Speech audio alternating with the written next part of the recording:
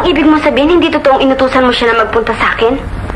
At hindi rin totoo na nakiusap ka sa kanya na ilabas ako dahil hindi ka pwede? Ano bang hindi ako pwede? Samantalang para ako si Gago nagmamadaling magbihis. Nagsimula ang tambalang Vilma at Edgar sa bakuran ng Tagalog Ilang-Ilang Productions noong 1970.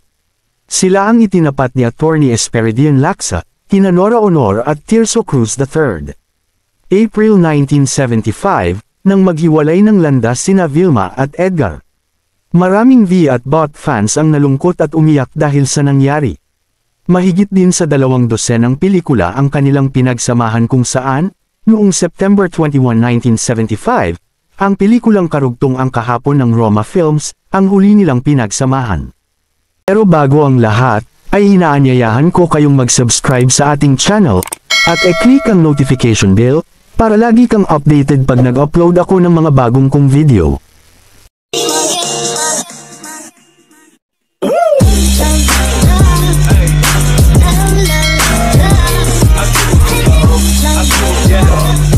Si Rosa Vilma Tuazon Santos Recto, ipinanganak noong 3 ng Nobyembre taong 1953, ay isang Pilipinong artista at politiko.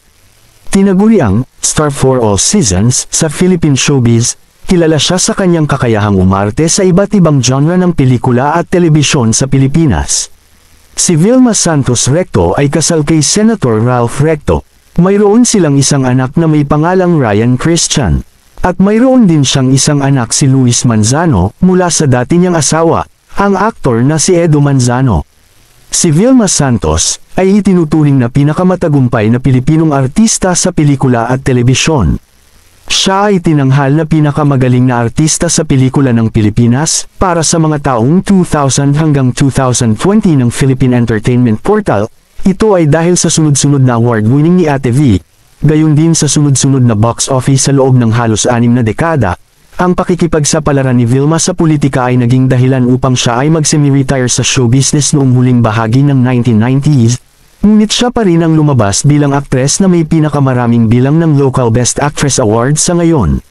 Sinimulan niya ang kanyang karera sa pag-arte nang kumbinsihin siya ng isa sa kanyang mga tiyuhin, na isang cameraman sa Sampaguita Pictures, na subukan ang mga pelikula. Sinimulan niya ang kanyang karera bilang isang child actress sa 1963 na pelikulang Trudy's Liit, kung saan nanalo siya ng kanyang unang FAMAS Award, Best Child Performer.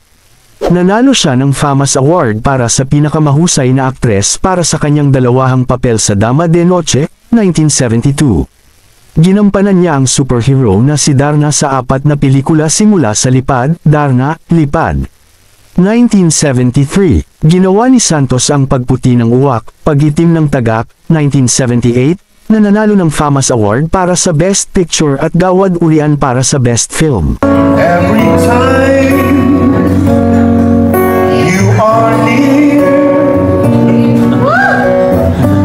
just like me, they long to be close to you. Si Edgar Mortiz ay isang Pilipinong artista, direktor sa pelikula at telebisyon. Ipinanganak siya noong September 8, 1946, sa lungsod ng Caloocan. Sinimulan niya ang kanyang karera bilang isang artista noong 1960s sa Philippine Entertainment Industry. Mabilis na sumikat si Mortiz sa kanyang kagwapuhan at husay sa pag-arte, na naging isa sa pinakasikat na aktor sa bansa noong gininto ang panahon ng Philippine cinema. Nag-star si Mortiz sa ilang matagumpay na pelikula tulad ng Pag-ibig na Walang Dangal at ang Sierra Madre. Mas nakilala rin siya sa pakikipag-love team sa aktres na si Vilma Santos. Nakatanggap siya ng maraming mga parangal sa buong karera niya, kabilang ang ilang mga parangal para sa Best Actor. Bukod sa pag-arte, nakipagsapalaran din si Mortiz sa pagdidirek, at nakapag-direct na siya ng ilang matagumpay na teleserye at pelikula. Noong 1994, siya ang nag-direct at nag-produce ng pelikulang Ipaglaban Mo, na naging top-grossing na pelikula sa Pilipinas. Siya rin ang nag-direct ng long-running Philippine television series na Palibas sa Lalaki, na ipinalabas mula 1986 hanggang 1998. Hindi ko malaman kung sino pipiliin ko sa inyong dalawa. Dahil ayoko masaktan ng isa sa inyo. Pero ngayon hindi ko malaman kung gusto kong pumili ni isa sa inyo eh. Kasi kung noon, pinag-aawayan niyo ako dahil sa pagmamahal niyo sa akin, ngayon iba na. Para bang may galit na nakuyom sa inyong pagkatao dahil sa pagkamatay ng inyong papa na hindi niyo na ipagiganti. Pero dapat ba niyo ibuhos ang galit na yun sa isa't isa? Cecil, alam mo hindi totoo yung sinasabi. Ipinaglalaban lamang kita dahil mahal ka sa akin. Ibig ko sanang maniwala. Nagsimula ang tambalang Vilma Edgar sa bakuran ng Tagalog Ilang-Ilang Productions noong 1970. Sila ang itinapat ni Attorney Esperidian Lacsa kina Nora Honor at Tirso Cruz III. Ang unang pelikulang ginawa ni V and Bobot ay ang My Pledge of Love noong 1970, na awiting pinasikat ni Edgar noong bago pa lang siyang recording artist ng Williers Records. Ang golden record na ito ang nagpasikat kay Edgar. Noong opening ng naturang pelikula sa Globe Theatre, pinilahan ito ng napakaraming tagahanga ni Vilma, at Edgar na karamihan ay nanggaling pa sa malalayong probinsya. Dito nagsimulang uminit ang kanilang tambalan hanggang sa kinuha rin sila ng Sampaguita Pictures. Dito ay ginawa nila ang pelikulang 16 noong 1970, na tumabo rin ng malaki sa takilya. Pagkatapos na ipalabas ang dalawang pelikulang ito, ay nagkasunod-sunod na ang kanilang mga pelikula, sa Tagalog Ilang-Ilang Production na ang karamihan ay decolor pa. Ilan dito ay ang mga pelikulang Angelica, Rene Rose, Sweetheart, Because You're Mine, Wonderful World of Music, Dama de Noche, Edgar Loves Vilma, Love Letters, The Sensations, Hello Young Lovers, at marami pang iba.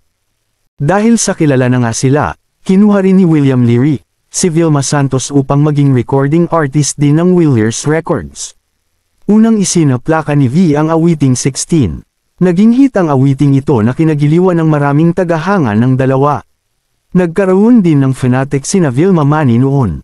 Mayroon ding Vilma Tirso, Vilma J, Vilma Kokoy, Vilma Walter. Subalit hindi pa rin nagpatalo ang mga maka-Vilma Bobot na labis-labis ang pagmamahal at pagtangkilik sa kanila. Kapag nagkakaroon naman ng mga pa-contest ang bawat magazine, sinusuportahan nila ang kanilang mga idolo, at tuwi na may palagig nangunguna ang Vilma Edgar Love Team.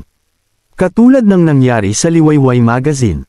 Noon ay tapatan talaga ng mga tambalan sa pangyayaring medyo nagkaroon ng awayan, sina Nora at Tirso kaya nagwagi ang pareha ni V at Bobot bilang pinakasikat na tambalan ng local cinema.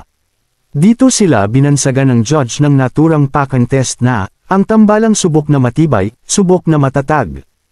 Maraming salamat sa muling panunood, hanggang sa dulo ng aking video. At huwag kalilimutang mag-subscribe, at pindutin mo na din ang notification bell, para lagi kang updated pag nag-upload ako ng mga bago kong video. Thank you for watching.